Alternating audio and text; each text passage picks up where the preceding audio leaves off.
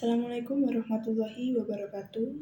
Selamat siang, salam, Om Swastiastu, Namo Buddhaya, salam kebajikan, dan salam sejahtera bagi kita semua. Salam merdeka.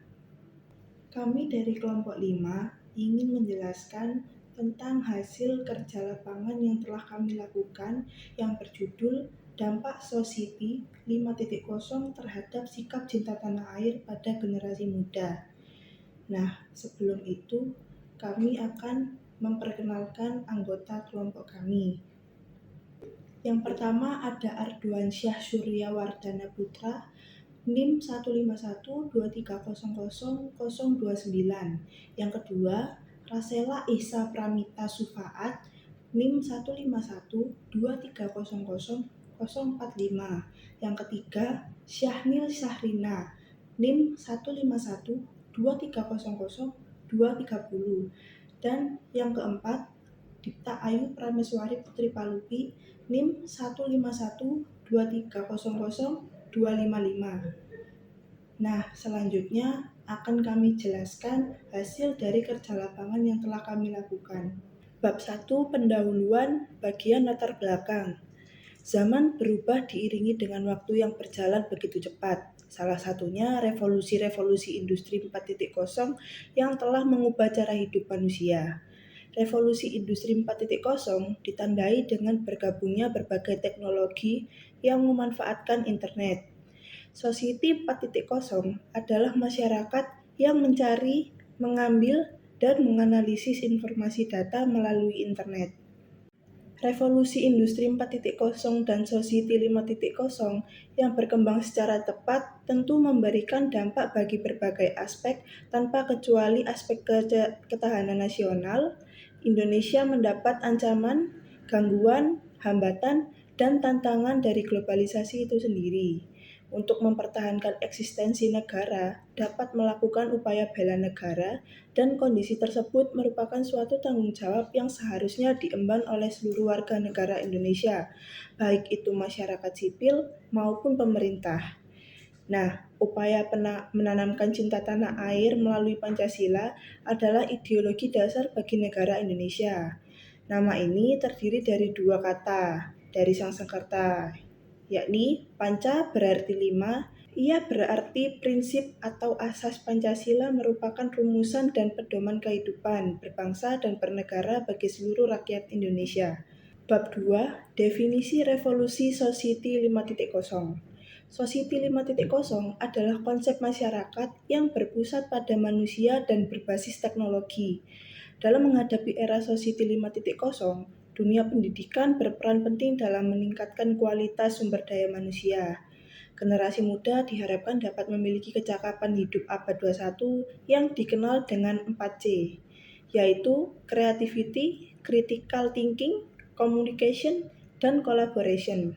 Oleh karena itu, ada 3 hal yang harus dimanfaatkan pendidik di era Society 5.0, antara lain yaitu Internet of Things pada dunia pendidikan, virtual or augmented reality dalam dunia pendidikan, dan pemanfaatan artificial intelligence untuk mengetahui serta mengidentifikasi kebutuhan pembelajaran yang dibutuhkan oleh pelajar maupun mahasiswa.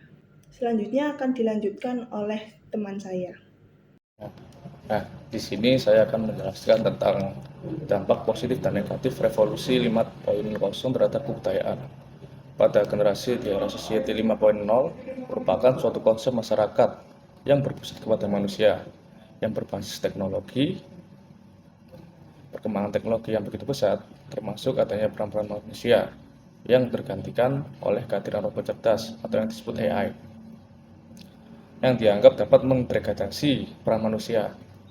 Nah, melalui poin 5.0, kecerdasan buatan akan mentransformasi big data pada segala sendi kehidupan, serta akan menjadi suatu kearifan yang baru, yang akan mendedikasikan untuk meningkatkan kemampuan manusia, membuka peluang-peluang bagi kemanusiaan. Dalam era ini, segala halnya terhubung di dunia maya dan hasil efektif, yang seperti kecerdasan AI yang dapat mempermudah manusia dalam segala aspek. AI juga dapat melebihi kemampuan manusia. Nah, setelah itu saya akan menjelaskan tentang pengertian cinta tanah air. Cinta tanah air sendiri adalah perasaan yang timbul dari hati sanubari seseorang warga negara untuk mengabdi, memelihara, dan membela, dan melindungi tanah airnya dari segala ancaman dan gangguan. Definisi lain mengatakan bahwa rasa cinta tanah air adalah rasa kebanggaan, rasa memiliki, rasa menghargai, dan rasa menghormati dan loyalitas yang memiliki oleh setiap individu pada negara tempat ia tinggal, yang tercermin dari perilaku membela tanah airnya, menjaga dan melindungi tanah airnya, rela berkorban demi kepentingan bangsa dan negaranya, dan mencintai adat atau budaya yang ada di negaranya dengan melestarikannya dari alam dan lingkungan. Sayyid Muhammad dalam kajian akhlak yakni kitab Tahlil, beliau berkata, potret cinta negara nasibatnya anak-anak atau siswa dengan cara belajar yang semangat, rajin, taat dan tata tertib sekolah, disiplin, taat pada guru, orang tua. Hal yang penting dapat mengantarkan siswa untuk bisa berbakti pada negaranya yang bisa. Nah, yang terakhir saya akan membahas tentang sikap tanah air. Sikap tanah air sendiri adalah rasa bangga, rasa memiliki, rasa menghargai, rasa menghormati dan loyalitas orang pada negara tempat ia tinggal, yang tercermin dari perilaku cinta tanah airnya, serta mencintai budaya-budaya yang ada di negara dengan melestarikannya. Yang pertama, sebagai generasi penerus bangsa, hal yang terpenting untuk menunjukkan sikap cinta tanah air adalah dengan belajar dengan giat sebagai bentuk membela bangsa negara Indonesia dari kebodohan. Dengan begitu, Indonesia akan memiliki sumber daya manusia yang berkualitas. Nah, yang kedua, menggunakan dan membeli produk dalam negeri. Menggunakan dan membeli produk dalam negeri merupakan cara yang tepat untuk menunjukkan rasa cinta tanah air kita. Karena hal tersebut akan meningkatkan kualitas barang dalam negeri dan membuat produk Indonesia dikenal di dalam mancanegara. Yang ketiga, mengenal budaya Indonesia serta mengenalkannya kepada dunia internasional. Banyak cara dalam mewujudkan hal ini, seperti mengenalkan budaya Indonesia dengan mengikuti sejumlah perlombaan tingkat internasional dan menggunakan pakaian khas Indonesia dimanapun, dan lain-lainnya. Jika hal tersebut dilakukan, budaya Indonesia akan dikenal di dunia internasional. Yang keempat adalah membawa nama Indonesia ke dunia internasional dengan mengikuti sejumlah perlombaan. Hal ini dapat membuat Indonesia semakin terkenal di dunia. Sekian presentasi dari saya. Kemudian saya akan dilanjutkan oleh Mbak Sanil. Terima kasih. Selanjutnya adalah bab 3 mengenai metode pelaksanaan proyek. Nah, yang pertama adalah subjek penelitian. Subjek penelitian kali ini adalah alumni dan mahasiswa dari berbagai universitas yang berada di Surabaya. Kedua, tempat penelitian. Nah, tempat penelitian ini dilakukan di Surabaya terhadap responden-responden yang ada dan dilaksanakan secara online melalui wawancara online via WA maupun video call dan secara offline melalui tatap muka. Yang ketiga adalah metode penelitian yang digunakan dalam penelitian ini adalah metode penelitian kualitatif, yakni proses penelitian dan pemahaman berdasarkan metode yang menyelidiki suatu permasalahan sosial atau masalah manusia. Oke, selanjutnya adalah sumber data. Nah, ini dibagi menjadi dua antara primer dan sekunder. Primer adalah data yang digunakan peneliti dilakukan secara langsung. Contohnya adalah hasil wawancara. Fenomena ini juga dilihat dari berbagai aspek kehidupan. Nah, yang kedua adalah data sekunder, yakni diperoleh secara tidak langsung. Contohnya, peneliti menggunakan berbagai data berasal dari Google Scholar, kemudian karya-karya ilmiah yang telah diterbitkan, dan buku. Oke, next, yakni teknik pengumpulan data.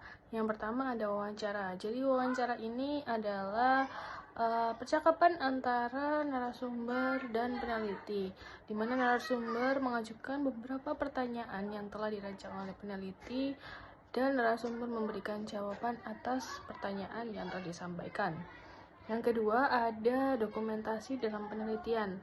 Nah, penelitian ini dokumentasinya berupa video atau foto. Foto dalam artian screenshot via online jika WA. Kemudian foto langsung secara peneliti dengan narasumber jika penelitian itu dilakukan secara langsung atau tatap muka. Teknik analisis data. Teknik analisis yang digunakan oleh peneliti pada penelitian ini adalah teknik analisis kualitatif, yaitu upaya yang dilakukan dengan cara mengorganisasikan data.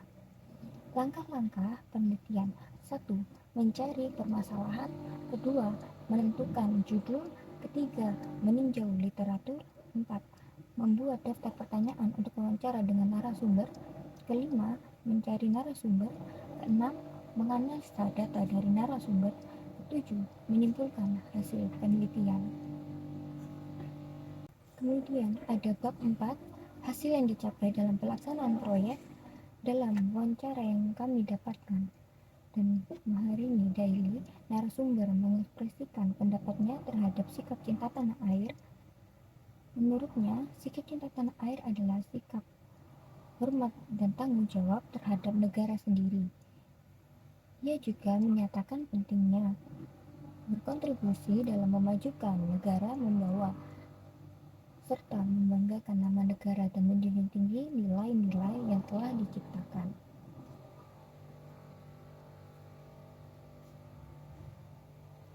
Kemudian ada faktor penghambat dan keberhasilan proyek.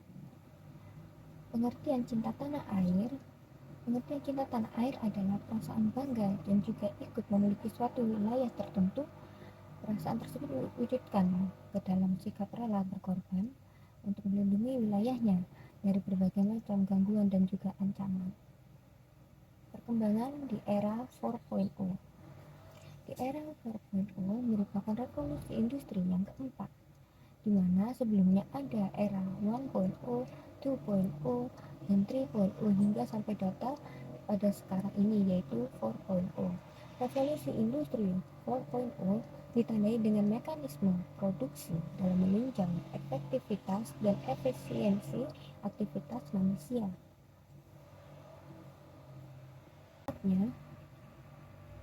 Cinta tanah air bagi bangsa. Setiap warga negara dituntut untuk memiliki rasa cinta tanah air agar sedia untuk membela dan menjaga melindungi tanah air. Selain hal tersebut, memiliki rasa cinta tanah air juga memiliki segudang manfaat bagi kehidupan berbangsa dan juga bernegara. Sekian informasi dari kami dan saya undur diri, terima kasih.